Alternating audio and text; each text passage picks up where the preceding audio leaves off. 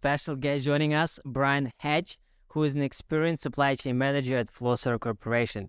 With over a decade of experience in the industry, Brian has worked with the global team to optimize supply chain operations and improve efficiency. He is passionate about driving innovation and has the track record of delivering results in a highly competitive market. In his current role, Brian manages end-to-end supply chain processes from sourcing and procurement to logistics and inventory management. He has also led various projects to implement technology solutions and streamline processes, resulting in significant cost savings for the company. We are excited to have Brian on our show today to share his insight and experience with us. Welcome, Brian. Welcome to our podcast on Industry 4.0. The fourth industrial revolution that is transforming the way we manufacture, communicate, and operate. In this podcast, we will explore the advancements in technology and how they are revolutionizing the manufacturing industry. From automation, robotics, and machine learning to the Internet of Things and big data. We will delve into the possibilities and challenges of Industry 4.0. Our guests will include industry leaders, experts, and innovators who will share their insights and experiences on this rapidly evolving field. Join us as we explore the future of manufacturing and its impact on the global economy. Thank you, Brian, for giving me the interview today. We're live in Bangkok, Thailand. Today is January 26, 2023. Yes. And I'm excited to be here with you. And we are having the pleasure of knowing you since you have a long history working in Thailand and much beyond my lifetime. So I'm very curious to see what you have observed the past 30 years, how Thailand's industry been evolutionizing itself. Yeah, so that's a good question, and I'm excited to be here, Cherry. Thanks for inviting me. If you look back over the last 30 years in Thailand, the Thai people have always been a very industrious people. If something needs to be done, they figure out how to do it and they get it done. The royalty has been very supportive of the Thai people, encouraging them to get education. And so if you look at the generation that's here now, they're highly educated, and they've experienced a lot of things in their young lives in the younger generation. And so if you look around at the infrastructure of the country, there's constantly new buildings going up, very nice buildings, very beautiful buildings. There's factories of all kinds here. Foreign companies come in and work here because of the industrious nature of the Thai people, and it's a very good win-win for everybody in this culture. Awesome. That's really good to see. I witnessed what you just said. I was so amazed to just go from airport to the hotel. You see all these modern high-risers. Hard to believe. Every year they roll out so many new buildings, even during pandemic. So yourself, you were a trained engineer, but now you're expert in supply chain. How that happen? Yeah, so that was a combination of being in the right place at the right time, or maybe the wrong place, depending on how you want to look at it. But I was always interested in engineering. Started out in engineering in school, and as most young people, they not sure what they want to be when they grow up. So I bounced around with different things. Ended up halfway through changing to a business degree, and went into more of a purchasing field. It was not my intention to be in purchasing or supply chain out of college, but again, there was an opportunity, a door opened for me, and I gave it a try, and more than 30 years later, it's served me well in my life, and that's what I've been doing. So it's an exciting, challenging field. You know, if another word can be more frequently show up in the past 2 years due pandemic interruption, it would be supply chain. That's right. So with the Industry 4.0 revolution, how did you see that would transform the supply chain management? Yeah, so that's interesting. If you look at the industrial revolutions over the last many years, and we read about them in history books, and we think they just happened. But if we were really there during the time they happened, gradually, some things new came in. And if we had been there in the first industrial revolution, it probably wasn't easy, and there were probably a lot of disruptions and a lot of growing pains. If you look at consider this an industrial revolution, right now with the different changes, it was happening already, and then the pandemic hit, actually caused it to accelerate, or at least cause the problems to be more prominent. And I think that's what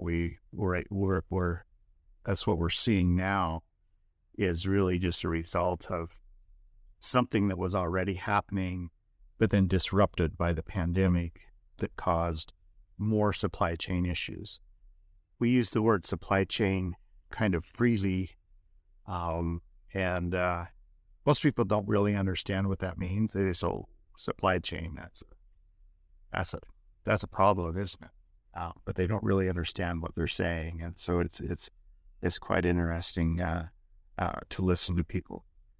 It is. Yeah. I mean, for different people, supply chain means different things. Yeah. But actually, supply chain exists every layer of our life, and it exists in every industry.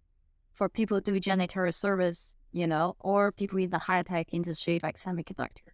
So we all know we had such major shortages with semiconductors, chips, and also pandemic hit, the globalization all of a sudden. Do you see the Industry 4.0 will help us in the future to somehow prevent such unpredictable disruption?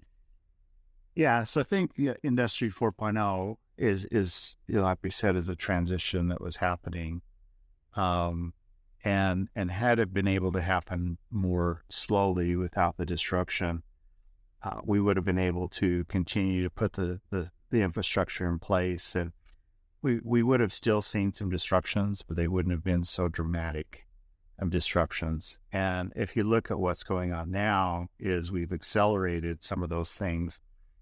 A lot of companies, especially the semiconductors, are building new factories. Those are coming online, and so there's always that challenge there. You build the capacity, and will that demand still be there when the capacity's finished?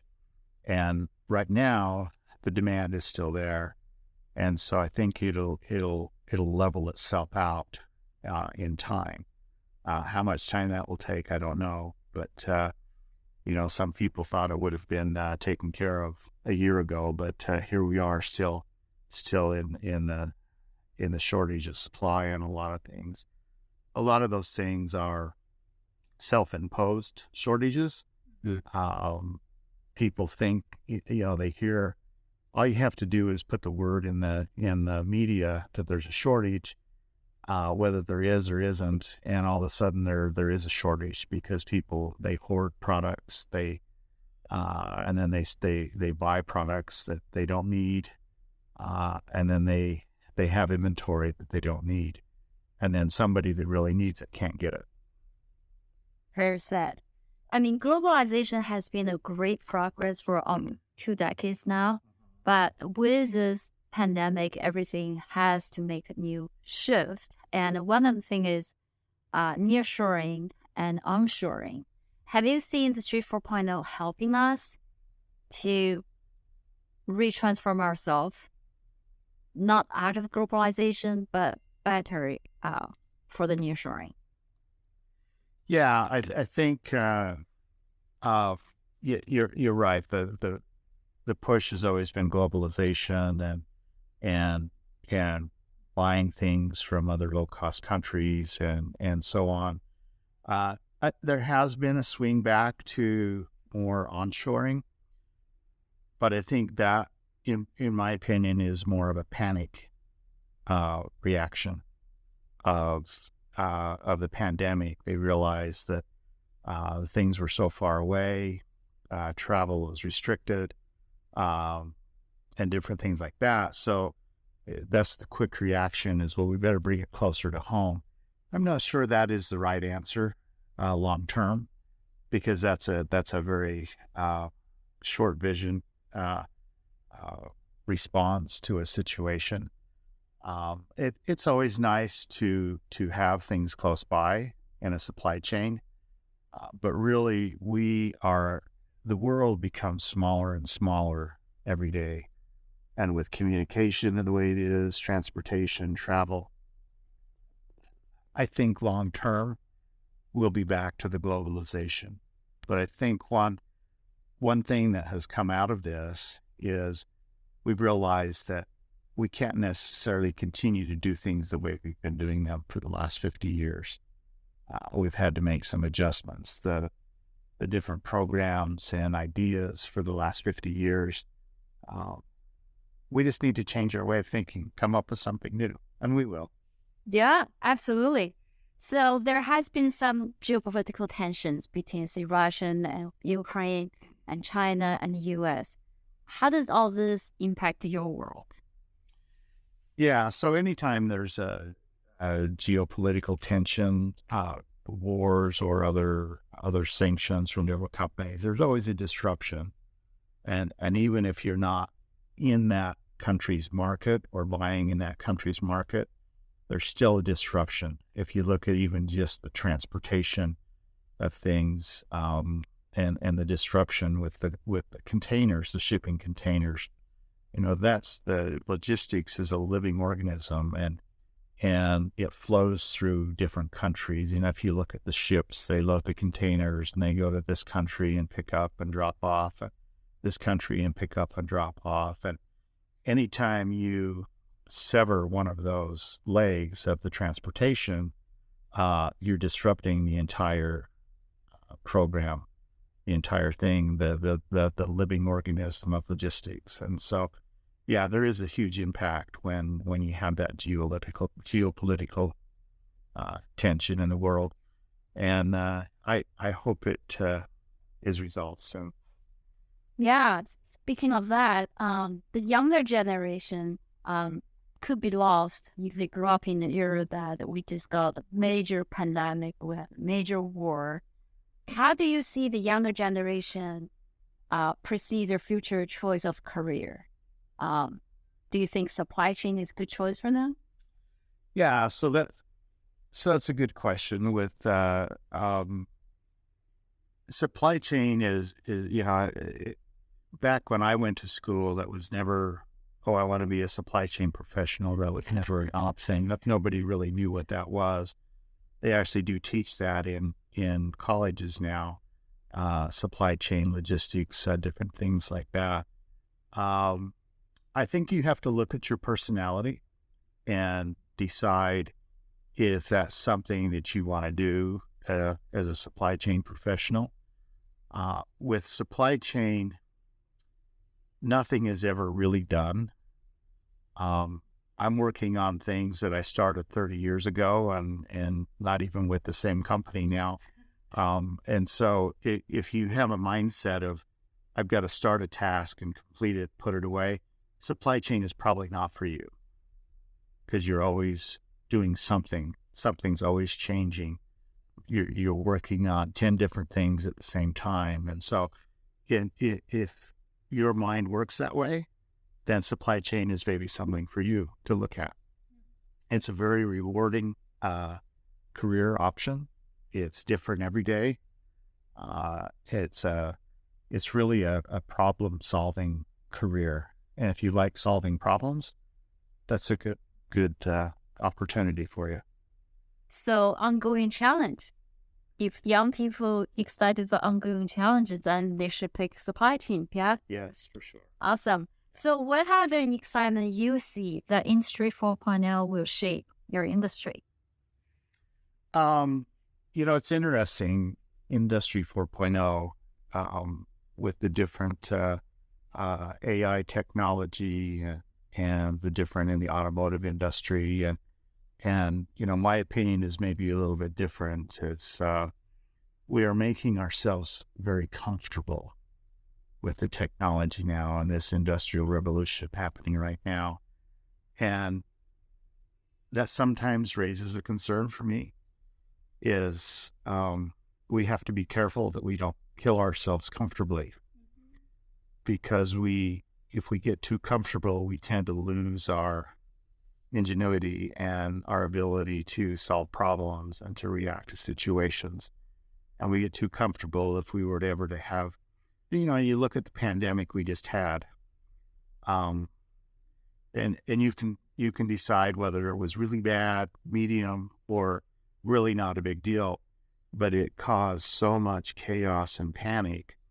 And I'm not saying it was caused by the 4.0, but it certainly caused us to not be as prepared because we were so reliant on the technology and the other comforts that we have in our lives. As always, thank you so much, Brian. Every conversation I have with you is packed with wisdom and insights. Look forward to talking to you again on this top subject, maybe in the next couple of years, see how the shape, of the world is by this industry 4.0. But thank you so much for your time. To be here, and it's always a pleasure. Thank you.